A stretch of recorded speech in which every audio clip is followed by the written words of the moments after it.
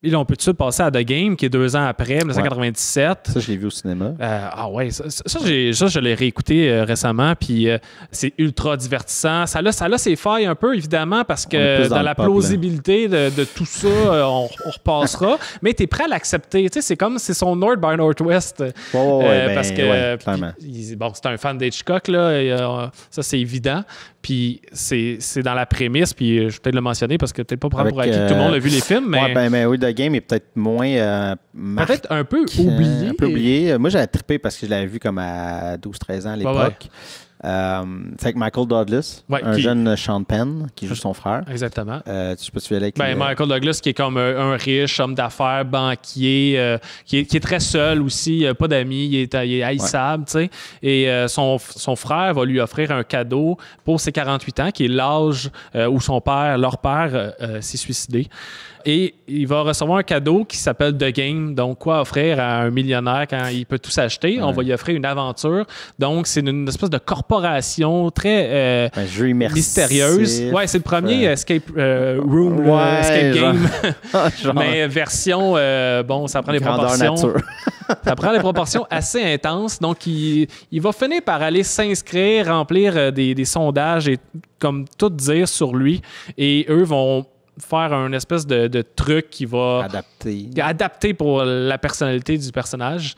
Donc, c'est pas toi qui vas aller au jeu, c'est le jeu qui va venir à toi. Donc, une fois que tu as signé, tu as payé, tu t'en vas chez vous, puis à un moment donné, le jeu va frapper à ta porte, puis tu vas être embarqué dans une grosse aventure où la ligne entre la réalité puis le jeu, la réalité puis la fiction est effacée. Ouais, c'est ça. Puis là, on commence à se douter parce que le frère, c'est un pas fiable. Son frère qui est c'est ça, beaucoup plus jeune, alcoolique. Plein de problèmes.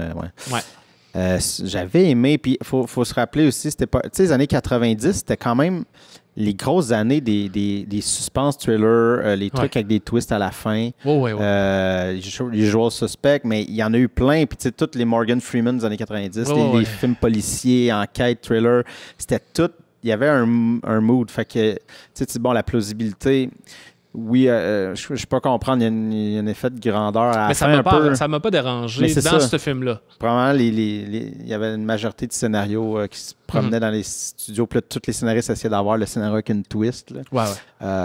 Fait que c'est ça, mais c'est bien exécuté parce qu'il te fait comme oublier. T'es comme...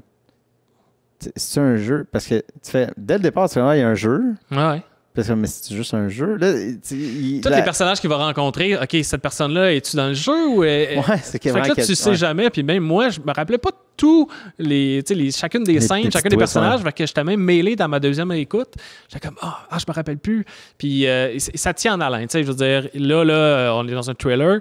Puis t'as une tension, t'es tout le temps sur le qui-vive. Chaque 5 minutes, il y a pas un punch, mais un gros revirement. Tu sais jamais où tu t'en vas. T'es en chute libre tout le long du film, tu sais. Ouais, c'est ça. T'sais, moi, dans ma tête, on dirait, tu sais, Seven the Game. C'est pas la même film, mais c'est comme une boucle. On est dans le même mood, un peu. Quoi qu'il est pas mal souvent dans les mêmes teintes, là, mais il était plus dans le très sombre. Très sombre, ouais. Ah oui, je m'étais noté ça, j'avais remarqué, mais c'est un peu filmé, un peu comme un film d'horreur par moment.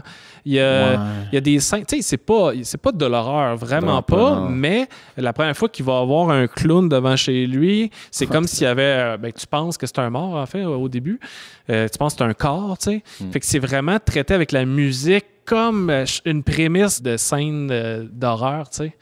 Et fait que, c'est ça. Puis la musique, c'est un autre facteur extrêmement important. Puis j'imagine qu'on va en parler plus dans... surtout dans ces derniers films, là. Mais c'est quand même Howard Shore qui a fait, je sais pas s'il a fait celle-là, mais il a collaboré beaucoup avec celui qui a fait la musique du Seigneur des Anneaux, puis qui est quand même un compositeur assez reconnu, puis qui fait une maudite bonne job, là. La musique est toujours très présente déjà dans son début de carrière.